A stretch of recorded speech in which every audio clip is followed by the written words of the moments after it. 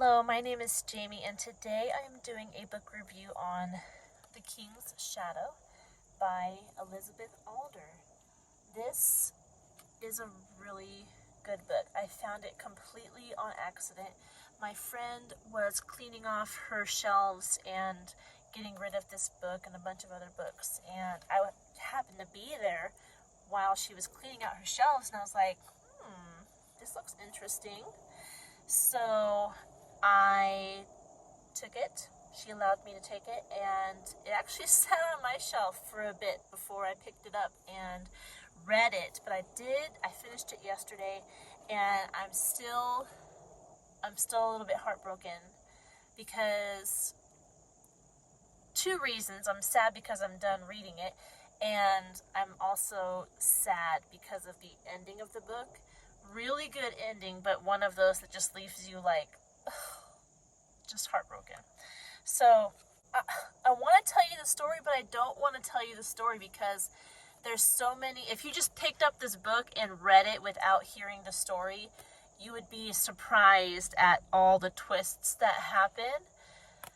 Maybe I can convince you to buy this book and then you'll forget the synopsis and just read it and be surprised. But it says Evan, which is the main character, this boy with black hair, a young Welsh serf, has dreamed all his life of becoming a storyteller.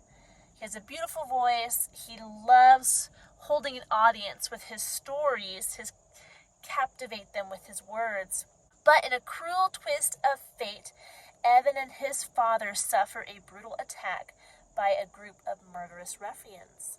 Evan's tongue is cut off, and his father is killed. Because he is orphaned and unable to speak, most assume Evan is destined to a life of slavery. But Evan is resilient and teaches himself to read and write, and having mastered these skills, he is appointed the personal companion to Earl Harold of Wessex, who later becomes the King of England. The two travel the countryside together, forming a close father-son bond, and Evan chronicles all their exciting journeys, which culminate at the Battle of Hastings. So, that's the story in a nutshell. But the cool thing about this book is the author, Elizabeth Alder, she is an English teacher, I believe, and she loves history. And the way she wrote this book is it's based on historical events.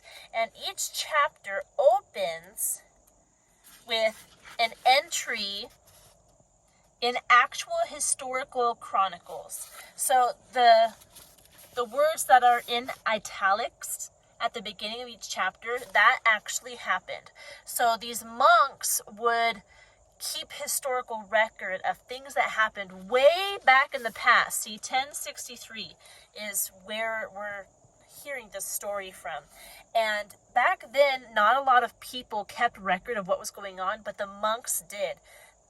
These monks in the monasteries would keep track of what was happening in the world, and that is where most of our historical records of England during that time come from. So it's really cool that Elizabeth Alder, she took these historical records, the little bit we were given for each year, and she wove this story about actual real life people. So the big events that happened, the battles, and certain names like Harold and his brothers, they were actual people.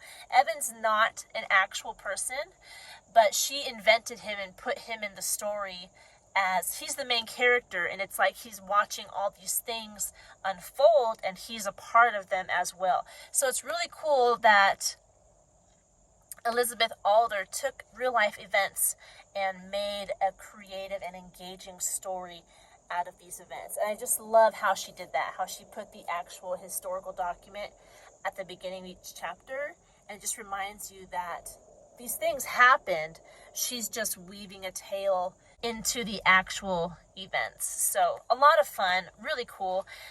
This is not a really difficult book, but I would place it at probably 6th grade. And I say that because a lot of the books I've reviewed on this channel I've put into 5th grade reading level, and I think this is a little above those. It's not long, it's 259 pages, but the words are pretty small. For 259 pages, the words are smaller, the margins are smaller, there's no illustrations, so it is a denser novel, and I would put it at 6th grade reading level. Of course, like I always say, if your kid or if you yourself watching this video are younger than 6th grade and you believe that you can read this, then go for it. They do talk about some politics, and they talk about military tactics and stuff like that, and those parts of the book can get a bit dry, but the drama between the characters is what pushes the story, and it's what keeps the reader interested and engaged in what's going on, because Elizabeth Alder did a really good job writing these characters and writing their relationship with each other. It feels so real, and you can't help but be drawn into their feelings about the situations that come up in their lives. So, really good. One thing I did not like, I don't remember profanity. I don't think there's profanity in this book. But one thing I didn't like was there was a political marriage that happened, and, you know, people will argue, oh, it's politics, and he's a king, and he has to do such things. But he, like, already had a woman that he was committed to, who he had had children with, and all this stuff, and then he had to marry someone for political reasons, and like people would say, you know, it's just political, all this stuff. But I would answer that God's law is above political law, and that is just not something that should be done.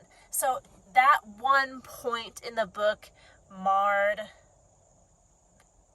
an otherwise great novel. It just, for a bit after that happened, it just left a bad taste in my mouth. It was a flaw in the character that, you know, these people aren't perfect, but it was just hard when that happened. And even Evan was very upset when it happened in the book. But it's just something, it's just part of the story, is what I'll say. It's part of the story. I recognize that it's not the way things should be. These are not perfect people. Other than that, I don't have any complaints about the book. Since it talks about battles and war and such, sometimes it'll talk about how a person dies, whether by the sword or by an arrow. And of course, at the beginning of the book, it talks about Evan getting his tongue cut out. I don't think it's particularly gruesome. That's probably why this book would be better for 6th grade and up, because it does have a bit of that stuff where it talks about some of the bloodiness that happens with battles. And since she's recounting historical battles, things that actually happened, I think there is a bit of necessity to what she talks about, but she's not gory. The descriptions are not gory and over the top, because I've read in some books where I'm like, dude, we did not need to know that. So I think she does a good job maintaining an appropriate amount of detail while not going too far into what happened where the reader is getting too much. So that's something to think about when you're deciding which of your kids or if yourself, if you're interested in reading this book. They do have a little bit of the battle stuff in there that may be uncomfortable for some. I didn't think it was too much, but you'll have to make that decision for yourself. Some of the lessons it teaches are perseverance. Evan had to really persevere to make his way in the world and not just lie down and be like, well, now I'm going to be a slave for the rest of my life. No, he took steps in order to better himself. And when opportunities were given to him, he did his best to pursue those opportunities and to work and not give up on himself, even though he had horrible things happen to him. He did not just be like, well, this is my life now. He continued to try to do better, and that is a lesson in this book. Also a lesson is to overcome prejudice and to forgive, because there were some characters that Evan did not like at the beginning of the book and wrongfully thought them to be bad people and snobby people, and he learns that they're actually generous and kind-hearted, and he humbled himself and changed his attitude toward them because of their good character. Now, I would argue that you need to be careful how you treat people regardless. Like, you don't have to be best friends with someone who has bad character, but I don't think that you should be a brat to them either. So, but I like how throughout the book you can see Evan mature. At the beginning, he's a little proud and hateful to those around him, but by the end of the book, he has matured into this humble servant who is noble and brave and strong. So lots of good things, and it's just a good story. So highly recommend it. It'll fill your heart. It has filled my heart, and I'm sad that it's over.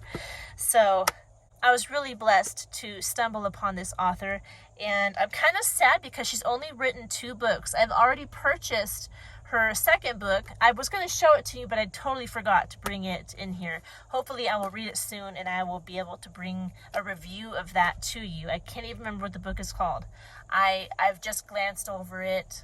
It's up on my bookshelf, but I'm excited to look into it because this one was such a good story and it had such a good ending that I want to see what she's going to bring to us with her second book. And I'm curious what historical happening she's going to take and put a story into, because it's really fun. It's really fun when that happens. So that's all I have for this book.